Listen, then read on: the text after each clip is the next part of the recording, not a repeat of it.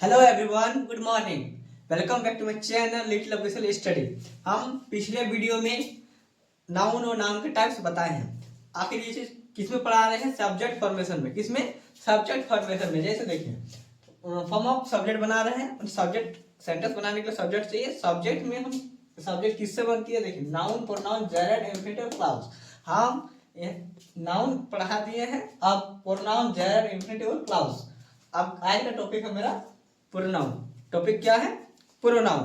तो प्रोनाउन जो होता है, देखिए ये प्रोनाउन क्या होता है समझिए। बहुत सिंपल सी चीज है। जैसे हम अगर मान लीजिए आपका कोई दोस्त है, नाम मान लीजिए किसी का राम है, आपका दोस्त राम।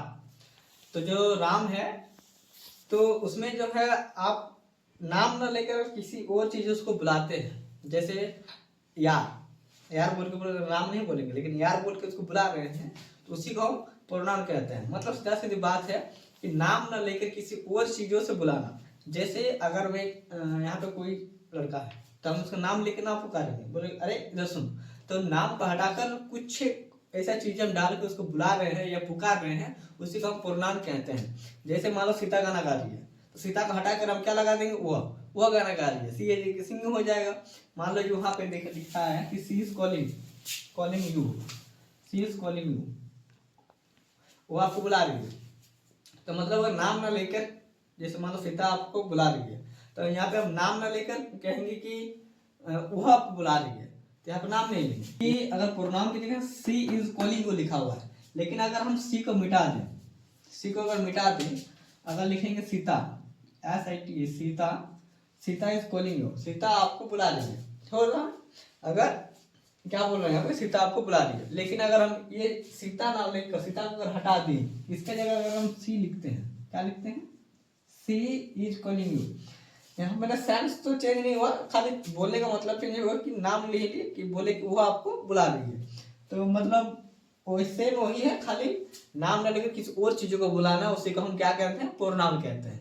ठीक है। जैसे दे आर लर्निंग इंग्लिश, वे लोग इंग्लिश सीख रहे हैं। जैसे कह सकते हैं कि बच्चे इंग्लिश सीख रहे हैं, तो बच्चे को हटा के क्या लिख रहे हैं कि वे लोग इंग्लिश सीख रहे हैं। ये हमारा क्या है? छोटा सा प्रोनाउन होता है। प्रोनाउन का डिफिनेशन नहीं लिखा, ये इंग्लिश में मिल जाएगा कहीं पे भी।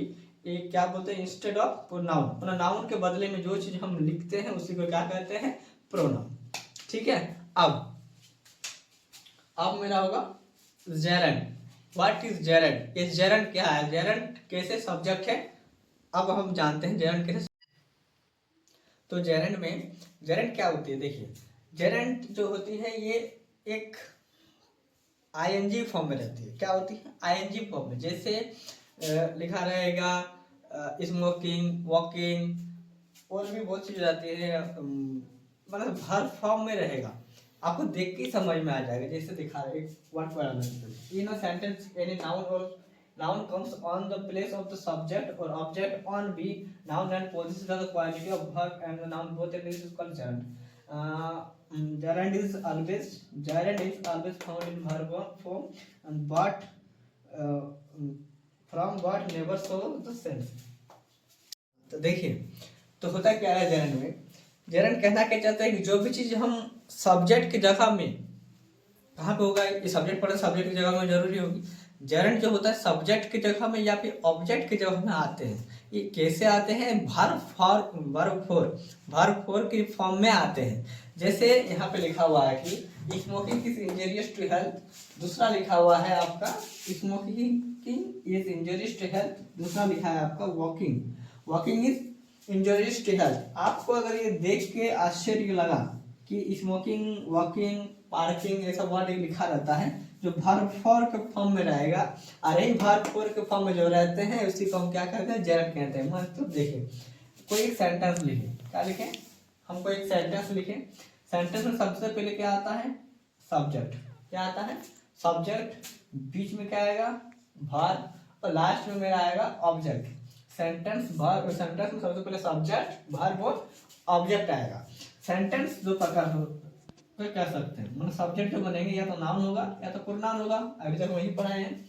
और वर्ब में तो वर्ब आएगा जो भी आएगा, और ऑब्जेक्ट में वर्ब में जो नाउन या फिर प्रोनाउन आएगा।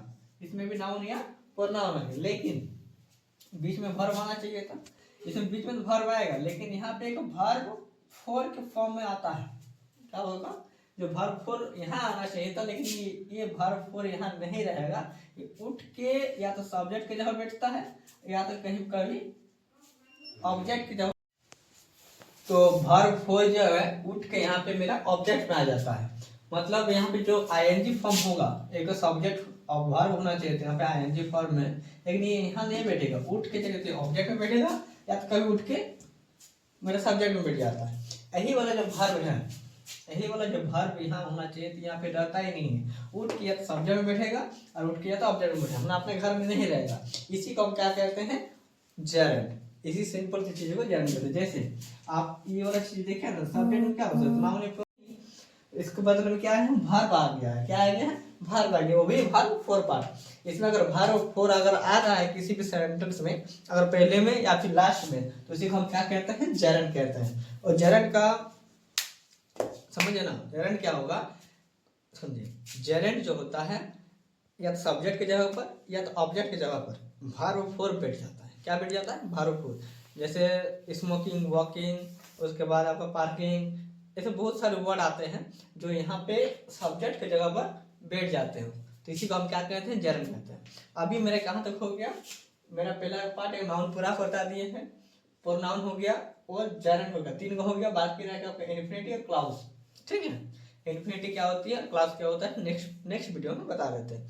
जेरेंट में भी यहाँ पे सिर्फ खाली डेफिनेशन बता रहे हैं। जेरेंट का डिटेल में जेरेंट का वीडियो डालेंगे, जिसमें बहुत ही इंपॉर्टेंट टॉपिक है जेरेंट। जेरेंट क्या है, एक बहुत ही इंपॉर्टेंट टॉपिक है, खासकर कॉम्पिटिटिव एग्जाम के लिए, बच्चे को लिए ये बहुत पढ़ना जरूरी है। जेरेंट और इन्फिनिटी दो चीजें आपको बहुत इंपॉर्टेंट है।